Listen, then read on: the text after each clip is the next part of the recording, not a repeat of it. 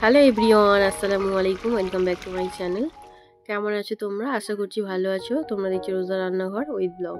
প্রতিদিনের মতো আবারও চলে এলাম তোমাদের মাঝে নতুন আরেকটি রেসিপি নিয়ে। আজকে আমার রেসিপি থাকছে পুঁই মিছরি। ভিডিওটি স্কিপ না করে শেষ পর্যন্ত দেখার অনুরোধ রইল। আশা করছি তোমাদের ভালো লাগবে। চলো তাহলে দেখে নেওয়া যাক আজকের রেসিপি।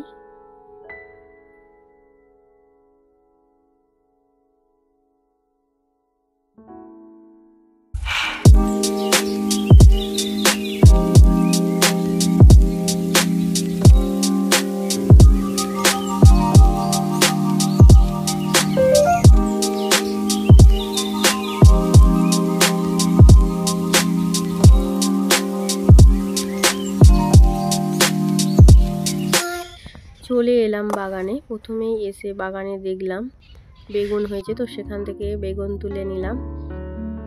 এই সাইডে দেখো কত লাল নটি, পালং, বাঁধাকপি কত চাষ হয়েছে, কত সুন্দর লাগছে।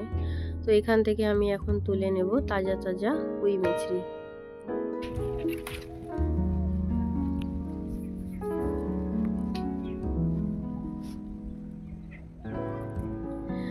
চলে এলাম বাগান থেকে, এখন যাচ্ছি রান্নাঘরে। বাগান থেকে এসে পুঁই মিছরি, বেগুন, আলু সবকিছু কেটে নিয়ে একেবারে রান্নাঘরে চলে এলাম। এতে করে আমার রান্না করতে একটু তাড়াতাড়ি হবে, আর ভিডিওটা না হলে অনেকটাই বড় হয়ে যায়। যার কারণে আজকে আমি আনাজ টানাজ করে নিয়ে রান্না করতে বসছি, যাতে একটু তাড়াতাড়ি হয়।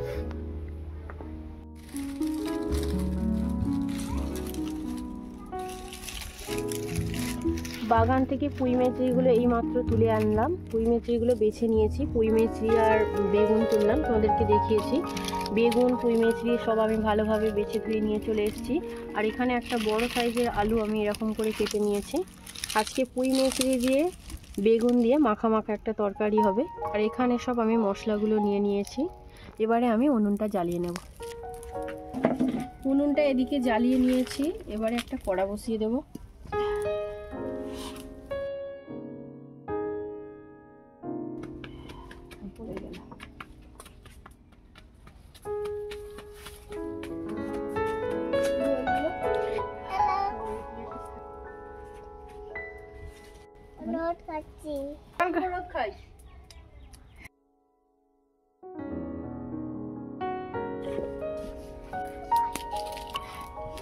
কড়া গরম হয়ে গিয়েছে, এবারে দিয়ে দেবো সরিষার তেল।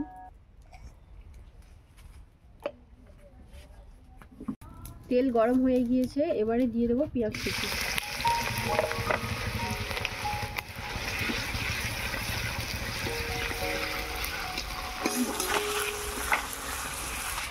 দিয়ে দেবো দুটো শুকনো লঙ্কা। শুকনো লঙ্কার পেঁয়াজটা একটু ভাজা ভাজা করে নেব।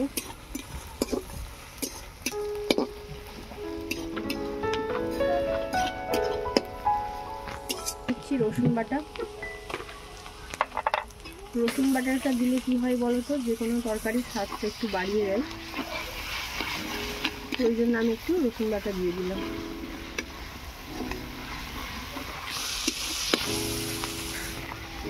রসুনটাকে আমি ভালো করে ভেজে নেব।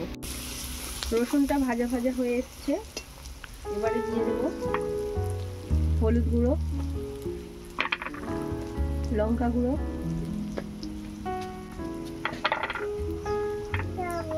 জিরে গুঁড়ো, ধনে গুঁড়ো, মরিচ গুঁড়ো,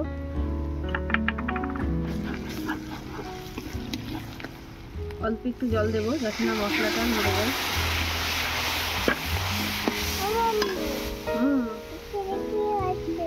এখানে কি হচ্ছে? রান্না হচ্ছে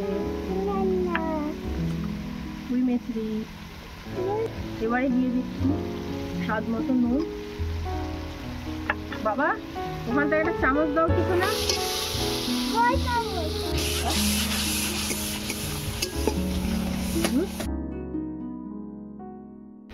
এবারে দিয়ে দেবো আলু, বেগুন।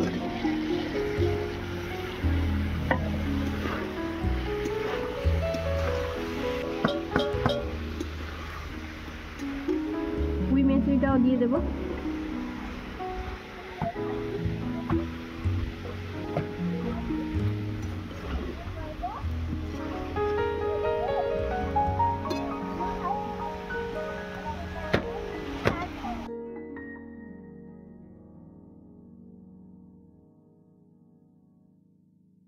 অল্প একটু জল দিয়ে আমি ঢাকা দিয়ে দেব। সবজিগুলো একটু কমে এলে তারপরে কষিয়ে নেব।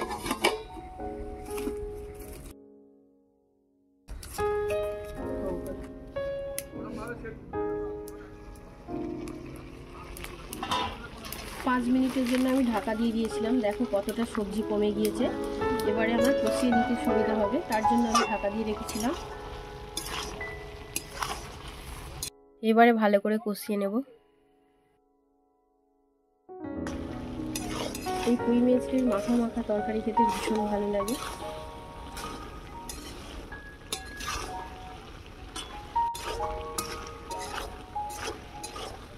দশ মিনিট ধরে আমি এই তরকারিটাকে কষিয়ে নেব। বেগুনগুলোকে একটু ভেজে দেবো, যেহেতু একটু মাখা মাখা তরকারি করবো।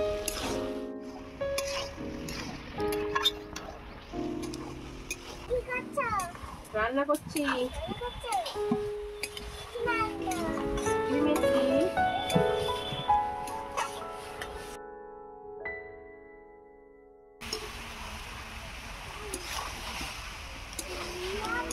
সবজিগুলোকে আমি বেশ ভালো করে কষিয়ে নিয়েছি।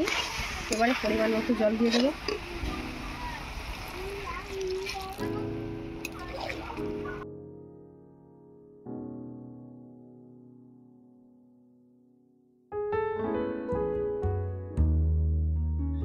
পরিমাণ মতো জল দিয়ে দিয়েছি। এবারে ঢাকা দিয়ে সেদ্ধ করতে দেব।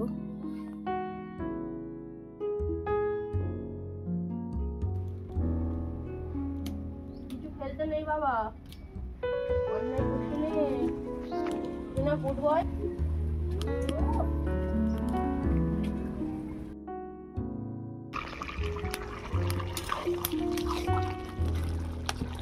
সবজিগুলো সেদ্ধ হয়ে গিয়েছে, এবার একটু ভেজে দেবো। আলু আর বেগুনগুলোকে একটু ভেজে দিচ্ছি আমি, এতে করে তরকারিটা বেশ ভালো খেতে লাগে।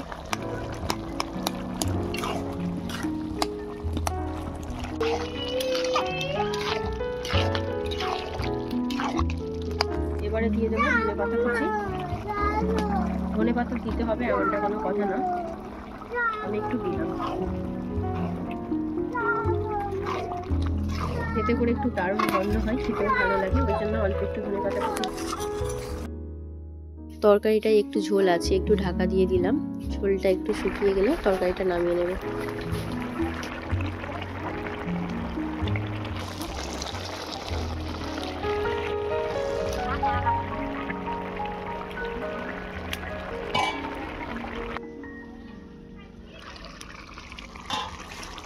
ঝোলটা কমে গিয়ে দেখো তরকারিটা মাখা মাখা হয়ে গিয়েছে। এই পর্যায়ে আমি তরকারিটা নামিয়ে নিচ্ছি।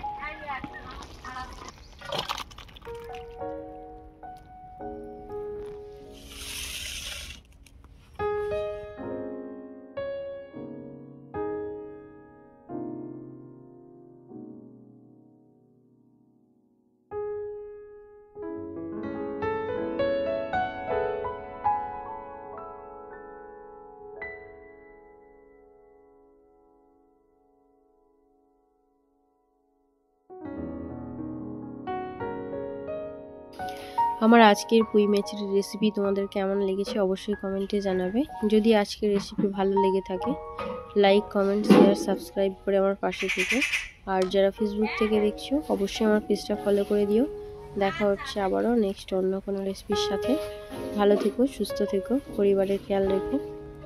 বাই, আল্লাহ হাফেজ।